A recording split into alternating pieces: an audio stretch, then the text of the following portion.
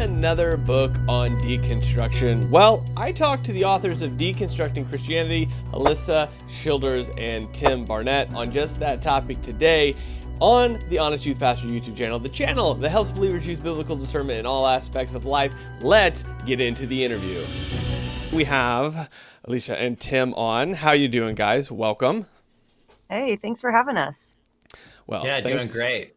Good to be with you. Thanks for coming on. Now, I think a lot of people know you guys either from social media posts or your like kind of maybe your reaction content or previous books that you've written and they've seen online. So just in case they don't, go ahead, guys, introduce yourselves just a little brief thing in case they don't know you, and then we'll kind of jump into what I think is a really good and timely book that you've both written. I'll go first.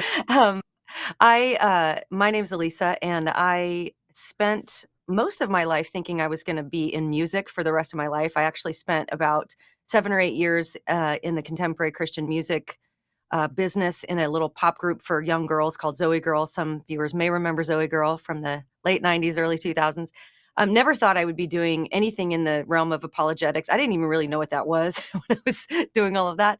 But basically went through a faith crisis after that whole experience ended, and it caused me to really have to dig deep and study and figure out what I believe and why I believe it. And so now I hope to help others do that through my podcast, the Elisa Childers podcast. And I also have, my primary calling is wife and mom. I've got a total of 4 kids and 2 grandkids, one brand new one that we just was just born after Thanksgiving. So that's who I am. Awesome. Congratulations. Tim? Okay, I'll go after Grandma. Do people call you Grandma? Like, is that, are you owning that? That's a good question, right? I love it. And so all the kids in my life call me Isa. So that's what we, Okay. we didn't pick grandma names when I was little, but now you have to pick a grandma name. So I just Yeah. picked that one. That's what all my nieces and nephews call me. Well, I don't see you as a grandma. My name's Tim, and I thought I was going to be a full-time high school science and math teacher. That was kind of the direction I was headed. And then I say God had other plans. I discovered apologetics later in life. I was probably in my early 20s when I started to get challenged about what I believe, and went and searched for answers. And what I found was, hey, there's this whole discipline out there that is trying to make a case or give a defense for Christianity. And since I think one of my gifts is to teach, I started doing that just as a kind of side thing, as a hobby. And that really snowballed to eventually going to work 8 years ago with Stand to Reason as a full-time speaker and apologist. And then a couple years ago, 3 years ago, when the pandemic hit and I couldn't travel and teach and speak, what I tried to do was start a YouTube channel, called it Red Pen Logic with Mr. B. Essentially, we take the red pen like a teacher would, and we kind of mark up tweets, memes, this kind of thing. We actually respond to TikToks now and Instagram videos, and those really took off. So I think a lot of people recognize me from my work with Red Pen Logic. Yeah, and that's where I got to know you from, actually. I didn't even know you did Standpoint until that. It was just a later down the road thing. So awesome. I think one thing before we even jump into it, it's amazing how we have plans for ourselves of what we're going to do or what it's going to be. And then, you end up 10 years later and it's not at all what God had totally different plans for that. And so I think maybe even this book maybe was part of that for both of you, as far as like, I didn't plan on writing this, but like this is a kind of a cultural moment that we're doing it. And you both came together and wrote The Deconstruction of Christianity. And I think at this point, a lot of people have probably heard the term deconstruction. I know the interactions I've had online, definitions are aplenty of what that means and what that looks like. But you guys were really careful when, just in the beginning chapters, of defining that. And I think, one, that was really, really helpful because it means so many things to so many people. Defining that's really important. So I don't know who wants to go first here, but why maybe did you land on the definition that you did, and then again are pretty consistent throughout the book of maintaining that, so there's just clarity in what you're talking about? Kind of why did you land on that definition? So when we first started talking about this book, one of the reasons I felt such a sense of urgency to write it now is because people were talking about the word in so many different ways. So you had the way that it was dominantly expressed in culture, and then there was this bubble of well-meaning evangelical leaders that were talking about it in this totally different way. And so Mhm. I think at that time it was like, well, hey, we're all fighting over this word. Let's defend our definition of the word. And so I mean, this was probably the hardest sentence to write in the whole book because it's really hard to define the word because people mean everything from changing their mind on eschatology or maybe, you know, becoming a serious Christian and saying, hey, is all the secondary teachings that my parents gave me true? I need to learn that for Mhm. myself and go to scripture and study systematic theology. They mean everything from that to completely leaving the faith. And so it occurred to me the word can't mean everything because if it means everything, it means nothing. It just has literally no meaning. And so, Tim and I, even in the beginning, were thinking, well, maybe we could think about it as like there could be a healthy way to do it. But the more we researched, that healthy version was impossible to find, except within this little bubble of evangelical leaders that were saying, let's turn it into a healthy thing. So Tim and I define it as, and this is kind of our one sentence definition, a postmodern process of rethinking your faith, but not regarding scripture as the standard. And Mhm. there are a lot of reasons that we chose each one of those words in that sentence. So first, it's connected to postmodernism. It's a postmodern word in this context. So if you go back to the postmodern philosophers of the 60s, that's when postmodernism really started to gain steam in our culture. Jacques Derrida, for example, didn't believe that words had objective meaning. He didn't believe that when you wrote something or said something, that what you meant to convey had any more bearing on the meaning of the words than the interpretation of the hearer. Well, I think you Mhm. could just take that and apply to what we see in the deconstruction explosion. That is for sure happening. But there was a guy named John Caputo that applied Derrida's ideas to religion and more specifically to Christianity. And Caputo, is popular in the deconstructionist movement. He's made the rounds on the deconstruction podcasts, and he basically took that rejection of absolute truth and applied it to Christianity and basically said, in fact, he even said, hey, if Jesus was incarnate, if he was living on earth physically today, he would actually change his mind on sexuality. He would look out into the culture and see that it's much better to, affirm LGBTQ plus. So for him, Mhm. Christianity is always changing, always arriving, but never arrives. And he got that from Derrida. So it's definitely rooted in postmodernism. And the second reason we defined it the way we did is because the dominant expression in culture is a deconversion from the historic Christian worldview. And that's where the exvangelical hashtag comes in. Now, we're certainly not saying, and we can get in the weeds of this later if you want to, but we're not saying that you have to call yourself an evangelical to be a Christian. But what we often Mhm. find in the exvangelical space is that what people are actually leaving is historic Christianity. And so it doesn't matter where you land. It doesn't matter if you end up a Buddhist or a secular humanist or a progressive Christian, as long as you leave what they have determined to be toxic theology, which is really Mhm. objective claims that Christians make about reality. Got it. Tim, do you have anything you want to add to that as far as definition, why you picked it? No, I mean, I think Elisa said it really well there. We Awesome. do add in the book that if you were to meet someone who claims to have deconstructed their faith, a good question to ask would be, what do you mean by deconstruction? Because there's lots of people who are using the term and they're just using it to mean, as Elisa said, question a secondary doctrine or they're going through some doubts. And what we want to make clear is that is not what we're against. We think questioning is a good thing. In fact, we have a chapter in the book called Questions, and we think that you can have healthy doubts, but there's an important way that you respond to those. And we think that deconstruction is not just it is a how. It's a methodology. It's the process that people are going through, and this is what we're taking issue with in the book. We're saying there's a better way. There is a better process that is biblical, but it's not what you're going to find in the deconstruction movement or explosion. Yeah, and I think one of the things I do want to dive into for sure, because I think this is really there's a few things here that are really important because I've seen a lot of people push back against just even before this book has launched, push back against your Mm-hmm. reasoning or how you went about it or the definitions you're using. I think all of that's really important. So One of the things that I was really interested in before I even got into it, but when I got into it, it was really clear you had done, but maybe just explain the process of like, obviously, whenever you're diving into this subject, we're defining things. We've already discussed how you define that. But what kind of research process did you put into this? Obviously, because it's one of those things that if you're going to dive into such a huge subject, you've already noted a few people you looked into. What was the process of saying, okay, how do I get in the mind of somebody other than just obviously the people that, I mean, I think we all know people that have gone through it. You guys acknowledge that in the book. Everybody knows somebody that has at some level deconstructed a bit. But how did you get into the minds of those that are really going through this process? Did you interview people? Did you do, just internet research, a combination of a little bit? Like how did we dive into it so we were giving a fair kind of shake to the whole process? Because, I mean, I'm sure you guys both knew entering into this process, you're going to get some pushback. It is the internet. Yeah. So kind of how did you approach that whole process? Tim can go first this time. Sure. I'll answer this one. You know what? This was actually hard, I think, on both of us, because we really wanted to understand what was going on in this deconstruction explosion.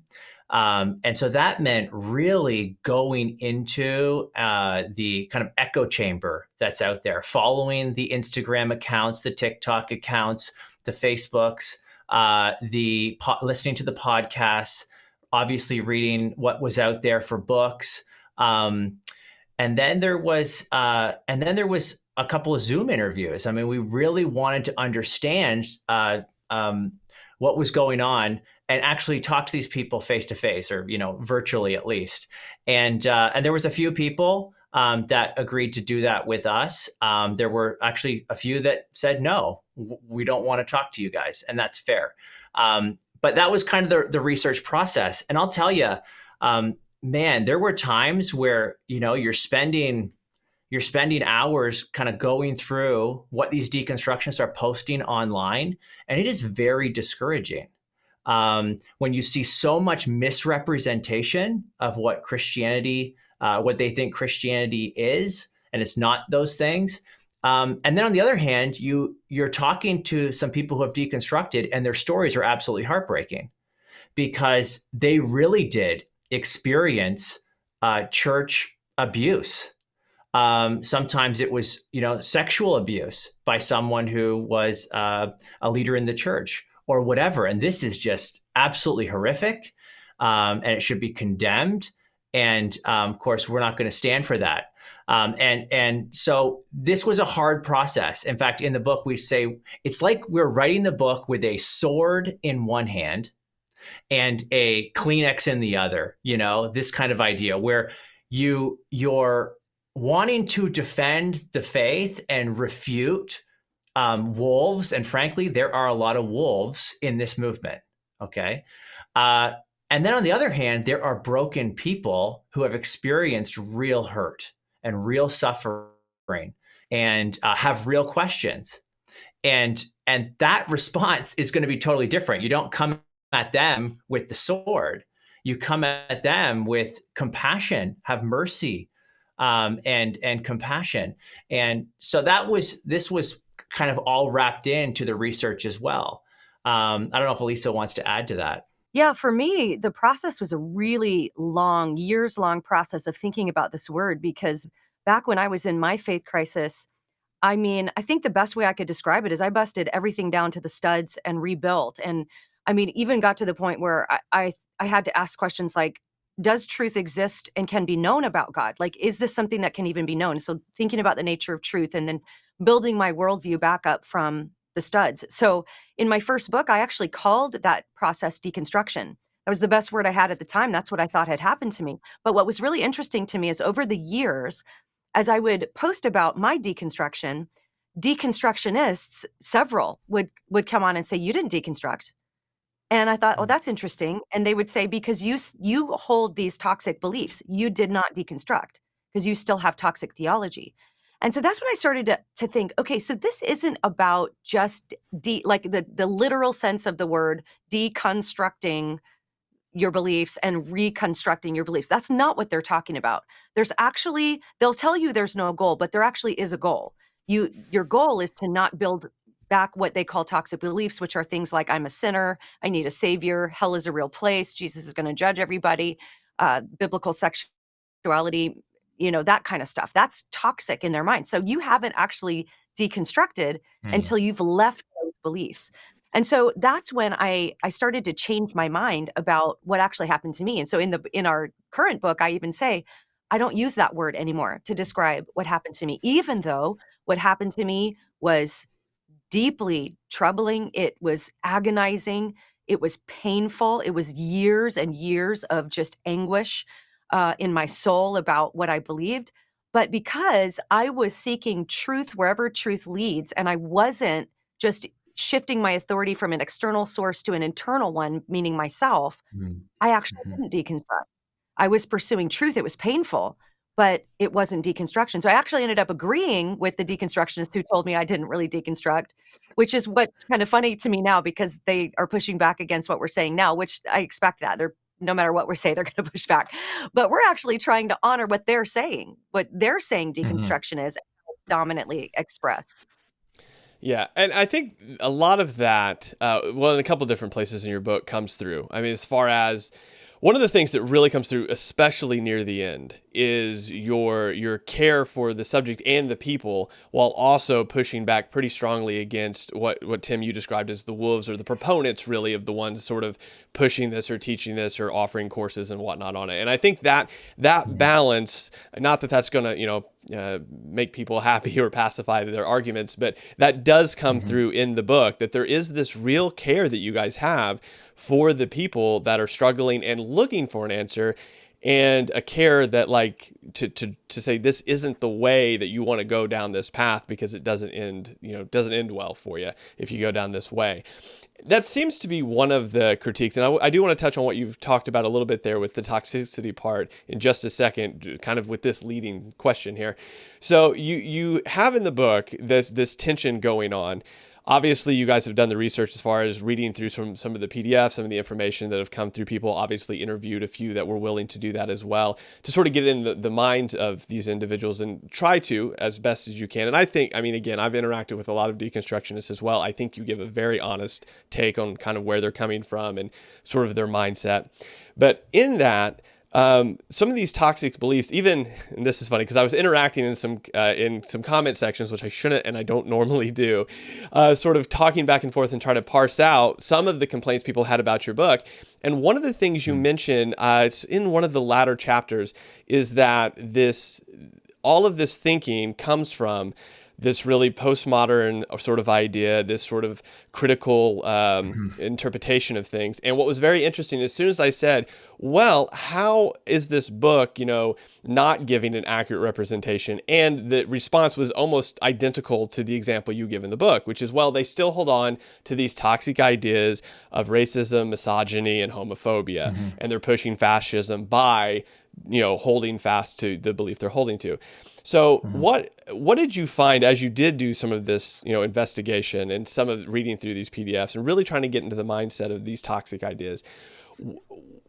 Where do you think that diverges, right, in the mind of these individuals? These toxic ideas, is there any way to talk, and I know at the end of the book you sort of get into this as well, but interact with people in a way to show them that these aren't necessarily toxic ideas. These are just biblically, historically held beliefs within Christianity. Maybe if that question makes sense, how do you have those conversations with people in a way that demonstrates that you call these toxic, but they're actually just biblically held ideas? Tim, if you want to go first. Yeah, that's a really good question. And I think Elise actually gives a really helpful illustration on this in the book. She's the basic idea is you got to start with truth. What is truth? And so in the book, Elisa tells a story of you come upon someone and they're laying on the ground and there's someone over top of them and they're just beating on this person's chest. Okay. Now that may seem like, man, that's abuse, that's physical, that's an assault that's happening. But if you understood that there's a context behind that, maybe this person has collapsed to the ground because they're having a heart attack. And what that person is doing is not beating them up, but giving chest compressions. They're performing CPR. Well, that completely changes the situation. What they're doing is not toxic. It's not unhealthy. It's not abuse. What it is saving their life. Okay. But the only way you would know that is to understand what's actually true. And so you can't know what's toxic before you know what's true. And this is what I would want to do. I think if someone is going through and saying, no, this is a toxic belief, that biblical sexuality, that sex is within a marriage relationship, one man with one woman becoming one flesh for one lifetime. And they may push back. Well, what's the truth of the matter? Are we created to be a certain way? Is there a design that God has given? And if you understand that context, then all of a sudden this command to follow for biblical marriage, well, all of a sudden you see the context. This is for our good, not for, not because, God doesn't like us or because this is toxic or whatever, or hell. You scroll through Instagram and you'll see a lot of deconstructionists talking about just the concept of hell. Teaching on hell is child abuse. Well, hold on a second. If there really is a place that is called hell, then we ought to inform people about this danger, this place, right? It's the same reason. I mean, I tell my kids not to take a knife and jam it into the wall socket. Why? Because I'm toxic? Because I'm just using scare tactics? Well, no. I mean, there is something scary called electricity that you don't want to be in contact with. So yeah, I guess I want to let them know about that scary thing, similar with the hot stove. So we warn because we care and because there's a truth to the matter. So you can't even begin to talk about what's toxic and unhealthy without first answering the question, what is actually true? The problem is in the deconstruction explosion, that question is bypassed. There's no interest in what's true and right. I'm working on a red pen right now, responding to Michael Gungor. And Michael Gungor is a former Christian music artist, and he's deconstructed his faith. He gives a 10-second video on Instagram, and he says this. He says, the only place to find truth, capital T, is within yourself. It's within yourself. Yeah, I saw that. You determine what's true.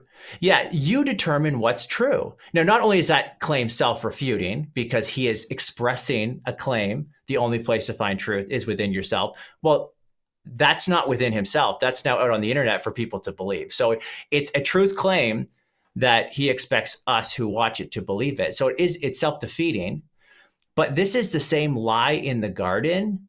This is like you determine what's true. And if that's the case, then you get to decide what's toxic.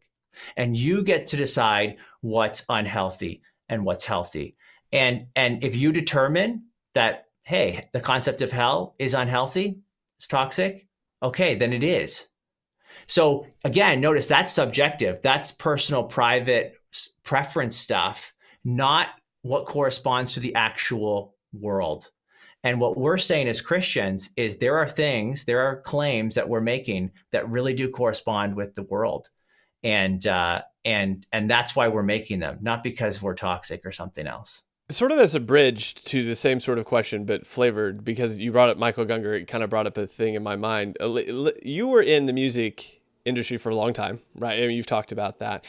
But even in the book you mentioned there's been a bunch of CCM artists that have basically deconstructed on that as well.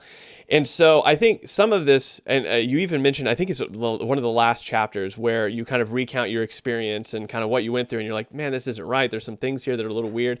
Do you think some of the situations that people are put in, especially like very public figures like, CCM artists, make that truth claim are a little harder for people to find because they're being told, I think even the example you gave, like, oh, here's the gospel, but then the gospel isn't presented the correct way. Do you think maybe that's why truth for some people is so hard to nail down, is because they're told that and then they see other things happening, especially within sort of the examples of the CCM artists that, that have done that? Yeah, I think the whole, now I haven't been in the industry in over 20 years, so I don't know how much has changed or how different it was. But when I was in it, was kind of like at the peak. This was right before iTunes and Napster. Remember Napster, and everybody could download for free. Well, it crashed the industry. we were at our peak right when that was all going on. So I experienced like peak CCM, I think. And one of the stories, I think the one you're referencing, is that Zoe Girl was playing this massive, I mean, I'm talking multiple tens of thousands of people in these arenas of this conference that was aimed at young girls. And the person who was supposed to preach the gospel got up and basically just said this really weak stuff about, Jesus wants to be your best friend and he'll always be there for you, and just pray and give him your life. And it was just very vague. And so one of the highest paid and most famous at the time Christian singers was sitting next to me, and she's a gospel Bible believing Christian, and she leaned over to me and went, this is not okay. Like, and so she kind of went back and gave somebody what for, and they went and ended up preaching the gospel the next day. But I'm thinking, you have tens of thousands of young girls, and that was your gospel presentation? And so I Mm. think that that's just indicative of a larger problem. And that's that, as it is definitely a business. It is, most of the major labels are owned by secular companies. In fact, when I signed my first contract, I signed with Sparrow Records, which was a solely Christian label. And while just over the course of the 7 years that I was there, they got bought by EMI, which is a secular company in New York.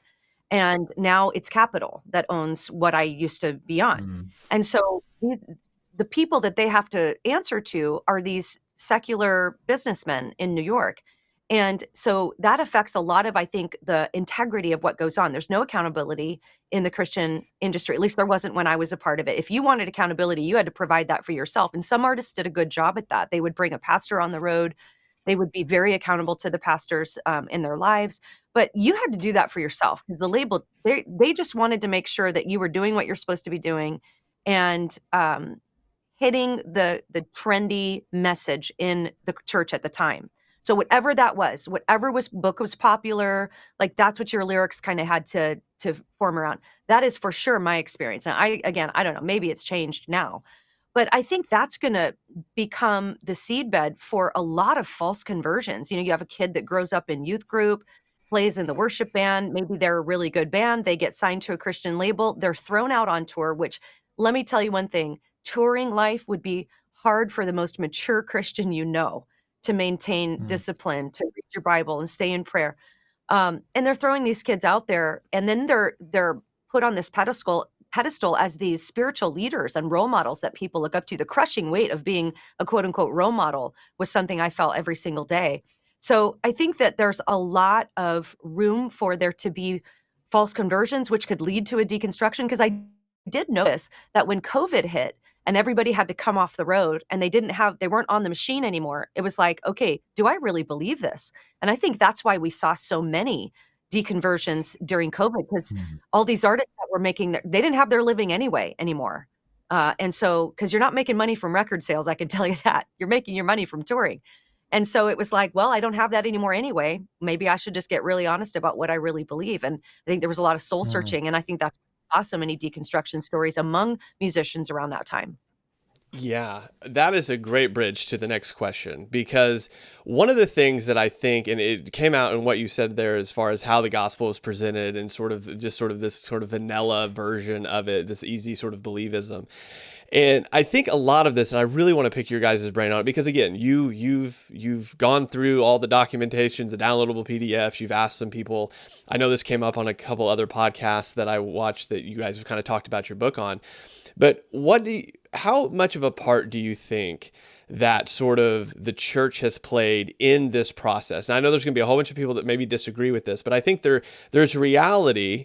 And you guys both kind of told your stories at the end of the book. I have a very similar story as far as like, it was just, here's the kind of a vanilla gospel, but it really comes out in the hard times or in the questioning. Mm. And so what part do you think it plays in sort of our discipleship, our presenting this well? I mean, because what I found, and I'm interested to hear both of your guys' input on this, is that a lot of people that I've talked to that go through this process really weren't, and this will make some people mad, it's not meant to, but just really weren't believers in the first place.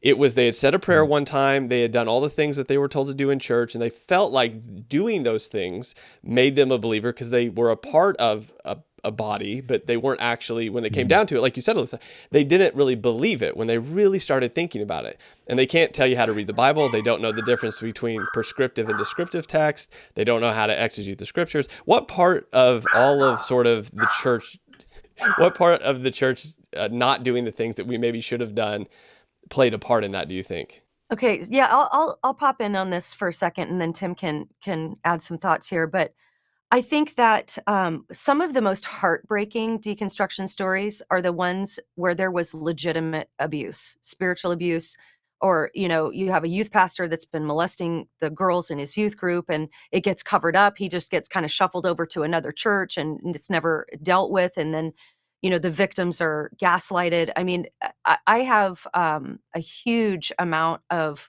compassion for spiritual abuse because I've been through it myself. One occasion that I've talked about publicly, but a couple more that I haven't.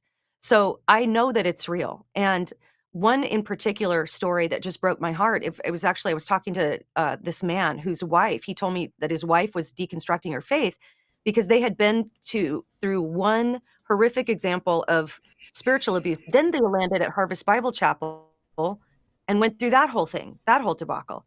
And she's not feeling safe anywhere. And I'm thinking, I don't blame her. I probably wouldn't go to church for a while either. So there's legitimate spiritual abuse that goes on. I truly believe that's true. But here's the problem, and here's the tough thing, is that many people in the deconstruction space claim to have been abused simply because they were taught that they are a sinner, or because they were taught that Jesus' death was sacrificial.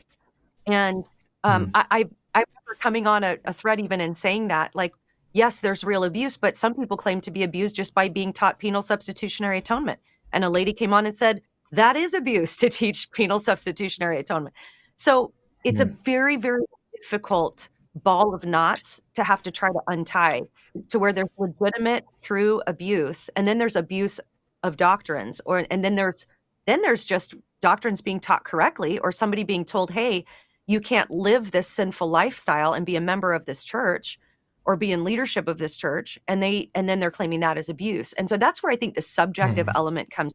It's just what you feel harmed by or oppressed by is the standard by which you can claim some of these things happen. So it's a tough one. Yeah, that's good. What do you got, Tim? Yeah, there was actually a meme that I posted yesterday, and a deconstructionist, actually deconstruction coach, someone does some research on deconstruction, posted it, and they just asked, who would you take out of kind of Christianity to make it healthier, to make your faith tradition healthier? And some people had Bill Gothard in there or some of these other guys, but the one that had like the most likes beside it was the Apostle Paul. The Apostle Paul. So think about this. So there are people who cause abuse, as Elisa just said, but there are, like, they think that Paul's writing is abusive. And so you get rid of that, all of a sudden Christianity becomes healthier. So that's part of it.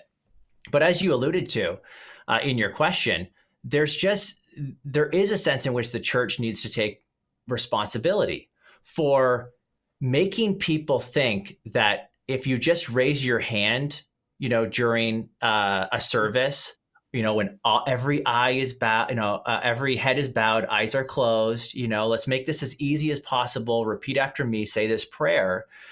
Now you're a Christian. And if that's what you think, then when a crisis comes, then you will not stand. You will not. I mean, Jesus talked about this in Mark chapter 4, parable of the soils. You have some seed that falls on the rocky ground. And what happens is that it shoots up, but it doesn't have any root in itself. And so when the sun comes out, that plant is scorched. And Jesus says it falls away. Well, in the interpretation, he says, well, that is when tribulation and persecution arise. So the person endures for a little while things are going well. But when the rubber meets the road and some crisis hits, well, that's when they fall away. And I think that we're seeing a lot of that in the church. I think we're seeing a lot of people who show up for youth group. They show up to Sunday school. Maybe they read their Bible once in a while. They pray, before a test or, some kind of, before some kind of event in their life. It's like, oh yeah, God's around here somewhere. Maybe I'll, and they shoot a prayer up and they think, and then when they experience suffering or some big doubt comes, it's like, well, where's God? Where's my faith when I need it? And so we talk about this in the book. We say, there's a lot of Christians who are on spiritual thin ice.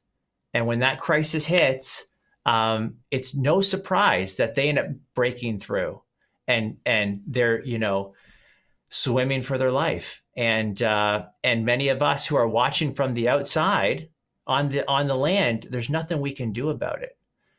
Because it just, there was never a foundation there to begin with. And so our challenge, one of the challenges we offer in the book is, church, wake up and start equipping, not just with what the gospel is. Of course, that's really important, but also, why do we believe any of this stuff? So that when that time comes and the challenges or crisis arises, because it's going to come, it's just a matter of time. I mean, we live in a fallen world. This is what happens. As long as there's a church, there's going to be church hurt. As long as we live in a fallen, broken world, there's going to be broken people. And so we need to prepare them. And the best way we think you can do that, or one of the ways, is providing that solid faith foundation. Yeah. Can I just add one more to that? Yeah. Well, just because that was so good, Tim. And it just made me think of another just angle to this question as well. And that's, as far as equipping and what the church can do to equip, is the church needs to tell even youth and young people that there are different positions Christians hold on secondary issues.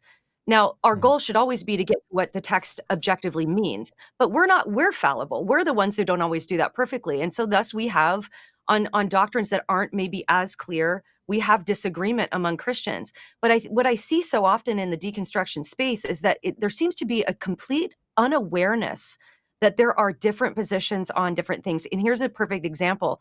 Just this week on the thread I talked about earlier, when we posted our definition, one of the deconstructionists came on and said, oh, Elisa and Tim are just defending their Calvinist interpretation of the scriptures. And then he went on to describe or to identify what I apparently believe about human depravity, which is not at all what I believe about human depravity. I would not have worded it the way he worded it. And I don't think Tim's a Calvinist. I don't want to speak for you, Tim. I'm not a Calvinist. And so I'm like, are you just unaware that there are actually non-Calvinists I love Calvinists. We're in the same foxhole for sure. And I interview a lot of Calvinists, love Calvinists, but I'm just not there myself. So, but it's just this assumption that if you are defending any kind of Orthodox doctrine, you must be like this cage-stage Calvinist that I don't know what they think, but it's like, you could ask me what my view of that is, but that's what you just said. And what that just deconstructionist described was not what my belief is. And so there's like a lot of assumptions too about whatever stream maybe they grew up with. They think that that's what all Orthodox Christians are all, fighting for.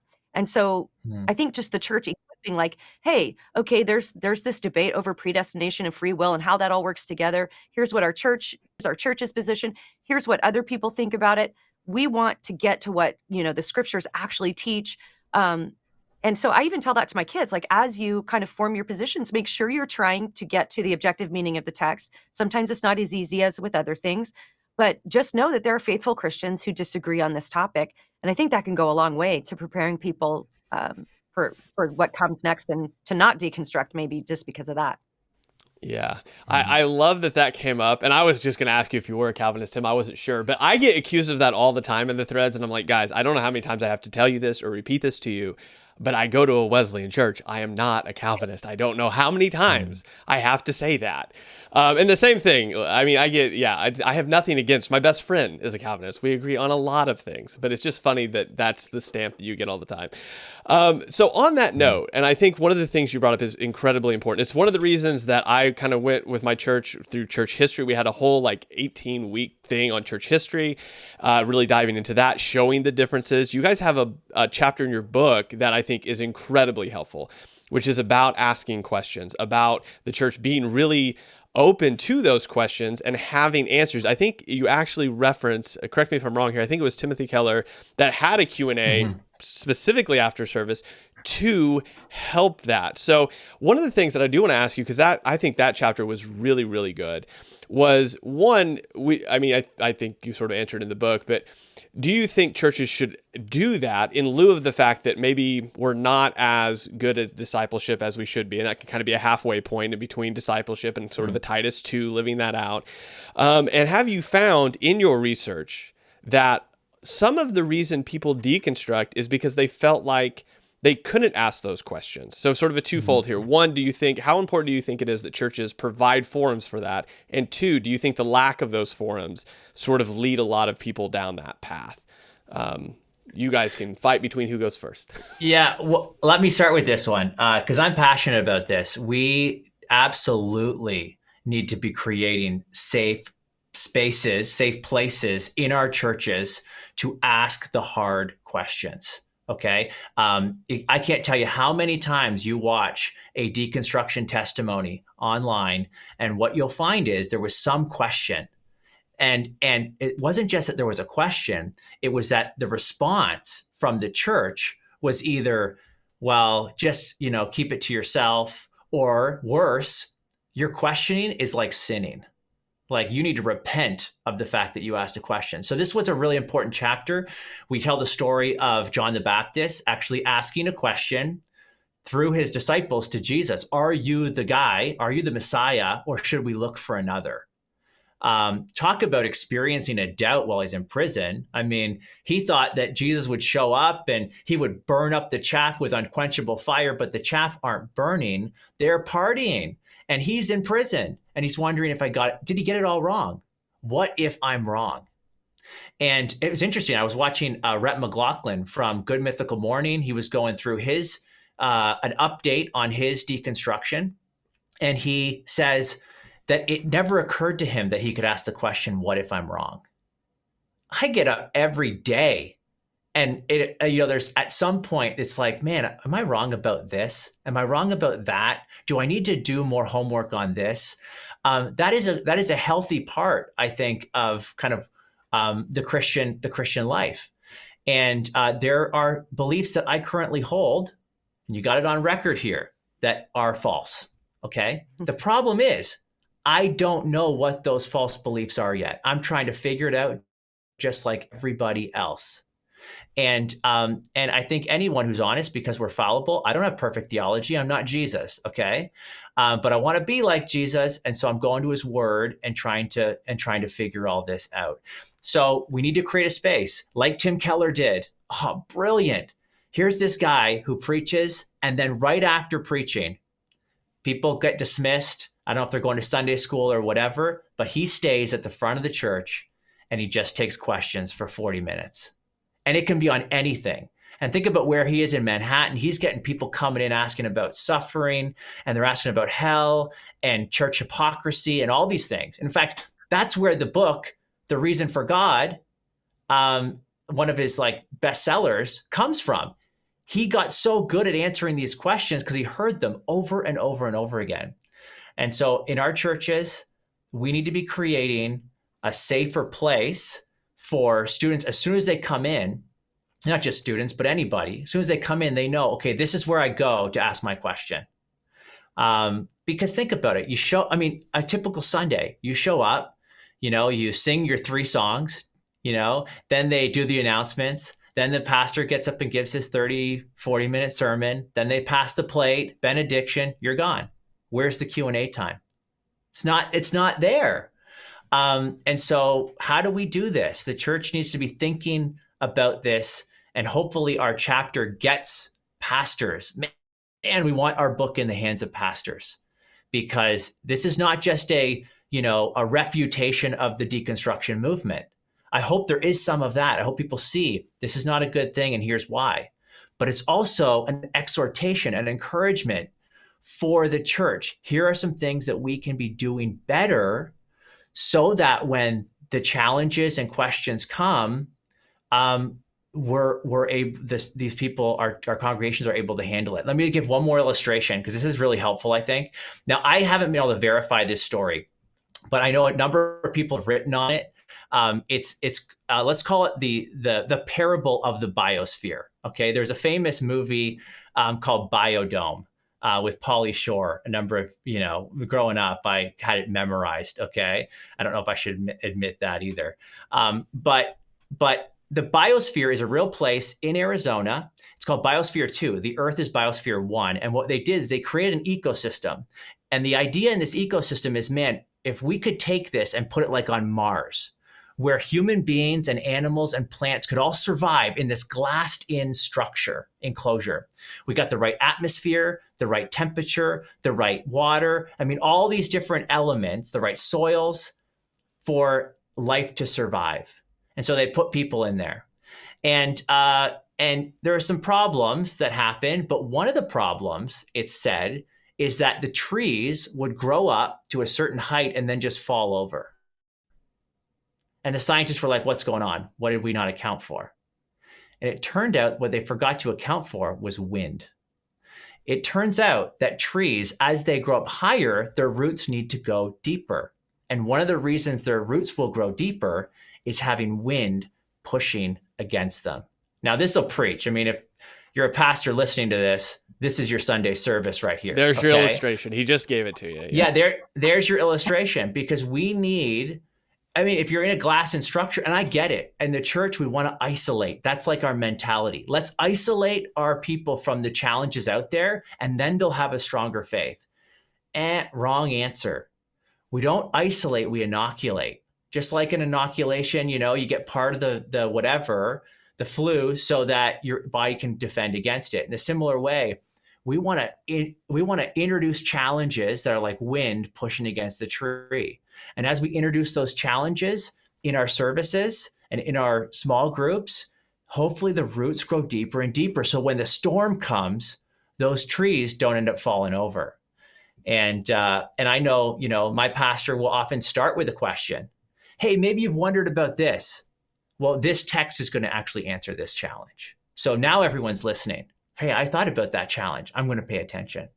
I think we can do a better job at this, and we outline some of the steps to take in the book. Do you have anything to add before? I do have I know we're getting close on time here. Do you have anything to add on the questioning part of it? That was great. And I would just say, pastors, you can do it on Wednesday nights too. It doesn't have to be on Sunday morning, just provide any kind of space.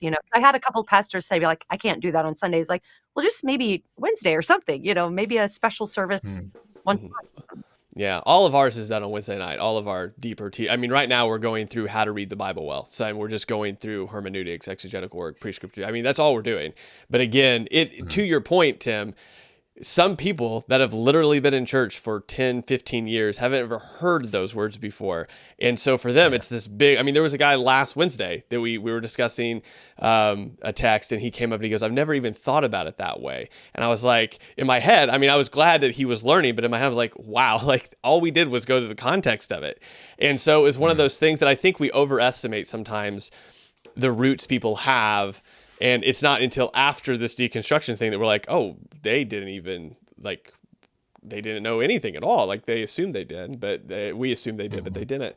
To end this real quick, and I'll shoot this question over to you, Alyssa, is that one of the things that the book really comes full circle on, is very clear on, especially toward the end, is this care and concern for those that are going through it. You guys do, I think, a really good job of pushing back against what, Tim, you defined as the wolves, those that are just there to sort of give spiritual guides, or they're supposed to walk you through deconstruction, but that's not the majority of people. That's the wolves, the leaders of this really kind of liquid movement. But you guys do a really good job, I think, at the end of discussing like, hey, everybody has somebody they know that are going through this or have begun maybe to go through this.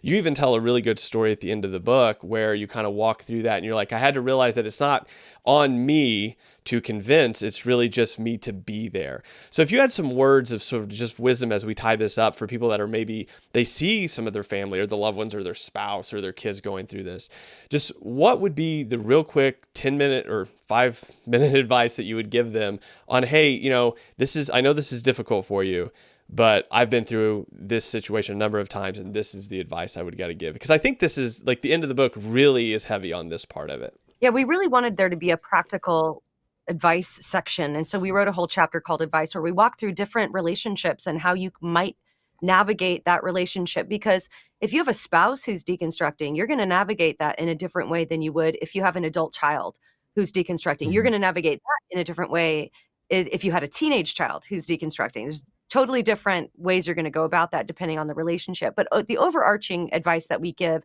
is, number one, to really understand the nature of what your loved one is going through. And that's what we spend most of the book on. You have to understand that this isn't something where they're coming to you saying, hey, I think your beliefs are false and here's why. Here's my reasons, X, Y, and Z. That's not what it's about. They actually already think you're an unsafe and toxic and harmful person because of what you believe.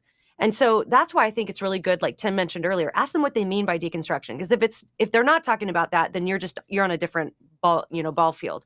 But if it's truly like how we're describing it, they don't think you're a safe person. So they're not going to be talking to you. Their impetus to disconnect from you and their church families. I've met many people who have received even no contact letters from their loved one who's deconstructing. So to understand the nature of it is important because of the nature of it, this isn't when you're going to pull out your apologetics arguments and try to fix their theology over a coffee date, right? You actually have permission, and this might be counterintuitive for Christians, but you have permission to back off and just try to stay in their life. It's kind of like doing triage. You know, when there's an accident and people start coming into the ER, the doctors have to assess what injuries need to be treated first. So the guy with the punctured lung is going to get treated before the guy with the broken wrist. And so in this case, it might just be that you have a fragile window of opportunity to just stay in their life. And it's okay to do that. You're not powerless. You can live the beauty of the gospel out in front of them. You can let them see the peace and the joy of Jesus in your own life. And you can pray for them. Like, we should not underestimate that we can pray for our loved ones. Now, if there is or becomes a window to have discussions, I think really, really active listening is really important. Seeking to understand what's going on underneath the surface, because there are wounds there.